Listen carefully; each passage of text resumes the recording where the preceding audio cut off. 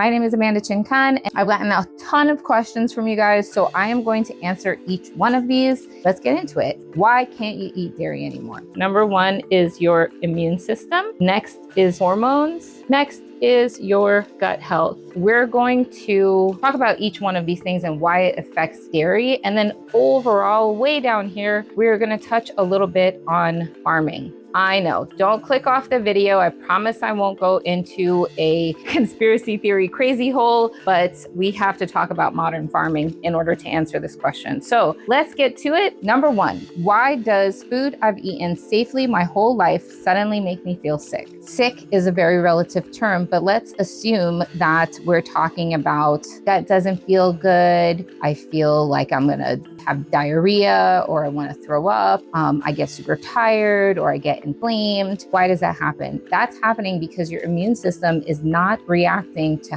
how long you've eaten the food. The immune system is reacting to the condition of your gut. So if over time your gut has been damaged, your immune system is going to increase sensitivity because your gut is actually damaged. We're going to talk a little later about how your gut gets damaged, but that's the short answer. You're feeling sick when you eat dairy because your immune system is reacting to the condition that it lives in. Question two, what if I could eat it before? What changed, me or the food? Well, honestly, you changed. You did. We age. We have stress. Stress has physical repercussions. We take medications. We've taken antibiotics. We get infections. We get sick. We have poor diets. If you live in America, you have a poor diet. We drink alcohol. And then there's also things like chronic illness, like autoimmune diseases and chronic inflammation. All of this weakens your gut lining. So again, going back to that gut, when we were talking about damage, it's because all of these instances we've accumulated through our whole lives have repercussions. They have consequences. If you get stabbed, you're going to get left with a scar. Now, I know that's super dramatic. If you get an infection, you'll get left with a scar. Ask anybody who has long COVID. All of these things cause changes in your body that, if you don't have the right support, are really hard to undo. And ultimately, that makes it harder for your immune system to distinguish between regular food and a threat. Question three, what do you mean my gut changed? Isn't my stomach just a bag that holds food? Most of us don't realize the importance of the gut system. I was actually on a webinar a couple days ago where the speaker said that in his mind and in his heart, he has reclassified the gut from being the second brain to the first brain, because there's so many different things that influence your health and your overall capacity. And when I say capacity, I'm talking about your physical strength, your mental strength, your ability to produce and metabolize hormones. All of it is related to your gut. So no, it's not just a bag that holds food. It's not just the engine that digests your food and makes poop. It is literally feeding information to your entire system. And literally, your gut acts like a barrier between the outside world and the rest of your body. Think about it. There's no other way for something to get inside of us unless we eat it or inhale it. But there's really no other way. It has to go in. 90% of the time, that means it's going in through your gut system. Your gut has a massive role to play in whether or not those things are working for you or working against you. So no, your stomach's not a bag for food. It is your second brain. Next question. What is your gut lining and what is it supposed to do? Your gut lining is a single cell thick wall that does a super incredible job of letting nutrients in and keeping out bacteria, toxins, chemicals, pesticide, undigested food. And when it's healthy, it does its job very well. And when it's not healthy, it can't do its job very well. Your gut lining is in the top 5 most important component of your gut system. If you have a damaged lining, you will be susceptible to a lot of things that you would otherwise not, like illness and disease and inflammation and fatigue and mood swings. All of those things are dependent on you having a healthy gut lining. What happens when the wall stops sealing properly? Your wall, that single cell wall, kind of looks like fishnet stockings, and there's holes, in the stockings, and then there's netting, there's junctions. These are called tight junctions inside your gut. When these tight junctions get loose, things that are not supposed to be in your bloodstream suddenly start making their way through these larger holes. So again, if the tight junctions look like this, these little tiny holes are supposed to let nutrients through into your bloodstream so your body can use your food and use your nutrients. But when this breaks open, now you have undigested protein particles that actually slip past this barrier. And that actually brings us back to dairy. There's 3 different kinds of protein in dairy. There's whey, there's casein, there's lactose, right? So a pretty complicated compound as far as like molecular makeup. The thing is, it's a lot of protein. So if you have these big holes and your body hasn't been able to properly break down and digest all of the protein from dairy, these big particles are now entering your bloodstream. When there's big particles in your bloodstream that aren't supposed to be there, your immune system has no choice but to react to them. It's going to say, hey, that's not supposed to be in here. We need to kill it. And when you have an immune reaction like that, you get tired, you get fatigued, you get hot, you start feeling crappy because again, these protein particles are running around in your bloodstream that shouldn't be. It affects your mental health because if there's protein in your blood and that blood is going to your brain, those proteins are actually going through your brain and they shouldn't be there. So it slows you down. It makes you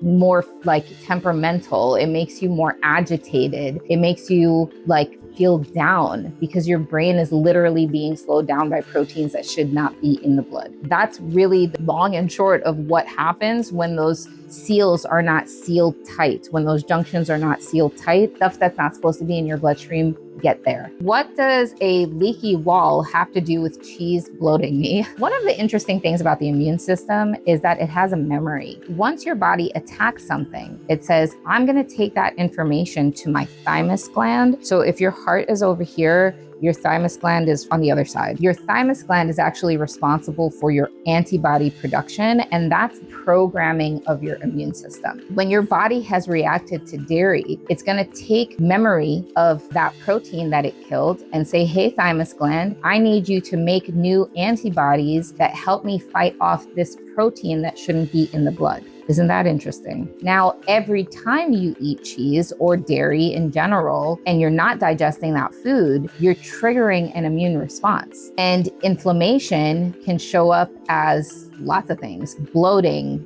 gas, headaches, joint pain, skin issues, brain fog, fatigue. All of that can happen because your body is reacting to a protein. Also, inside the gut itself, in order to break down sugar and fat and protein, you need pancreatic enzymes, you need bile, and you need healthy pH. One of the misrepresented things in modern culture is your pH balance. Most people are not acidic enough. And we live in a world that's telling us alkaline, alkaline, alkaline. Alkaline means lowering your pH, so you're more alkaline and less acidic. The problem with not having enough acid in your gut, which is facilitated by 2 things: your actual acid, so hydrochloric acid in your stomach, and bile in the lower GI tract. These 2 create a balance in your gut that keeps your pH normal. And actually, it's pretty high. Your stomach is supposed to be super acidic. Your small intestine has like a medium, almost alkaline acid level.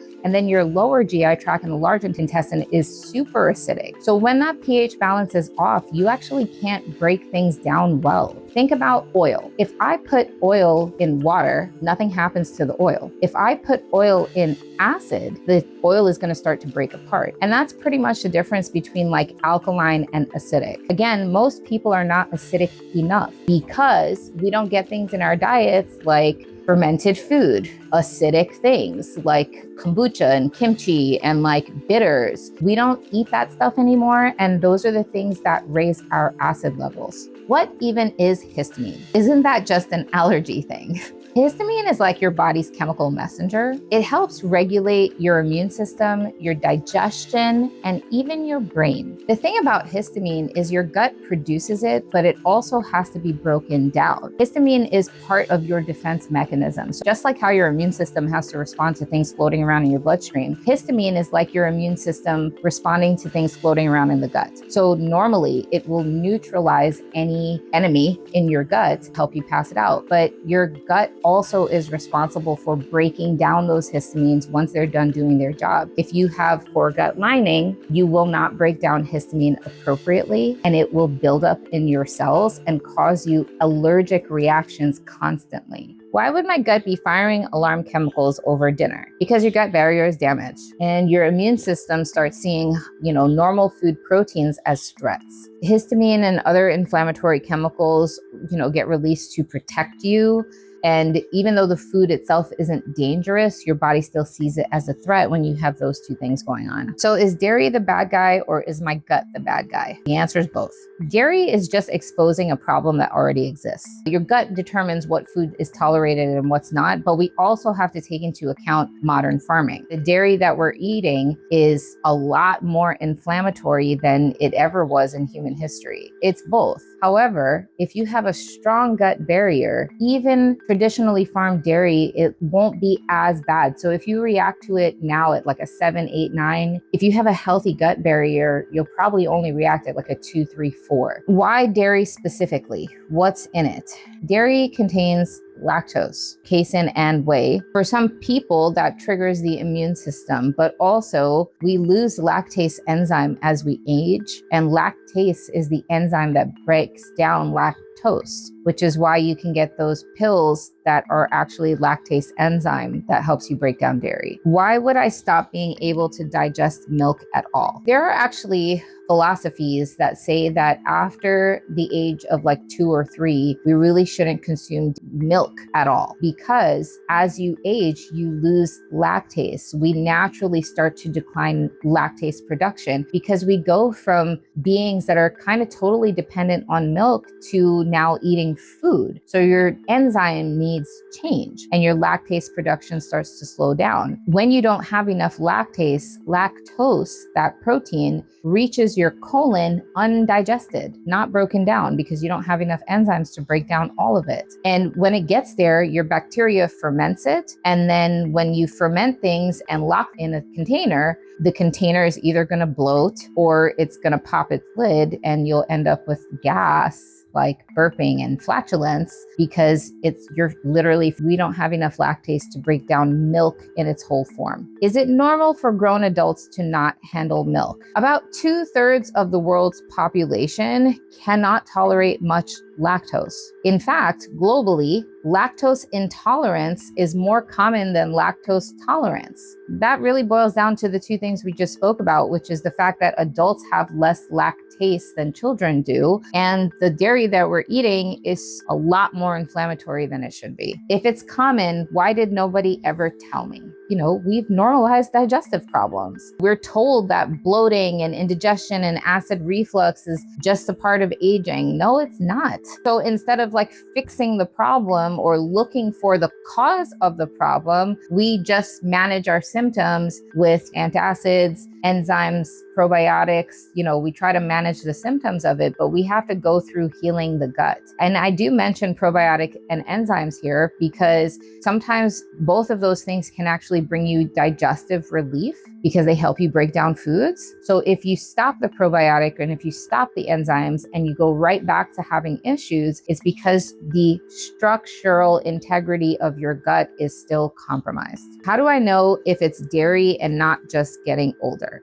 Really simple. If you take dairy out for a week and all your symptoms improve, and then you put it back in and all the symptoms come back, it's the dairy. It's not just you getting older. And yes, your body changes as you get older, absolutely. But the body doesn't suddenly forget how to digest things. The body doesn't suddenly forget how to balance inflammation. It's because you are putting things in there, or your body's being exposed to things that compromise your body's ability to do its job. That's not about getting older. That's about being compromised.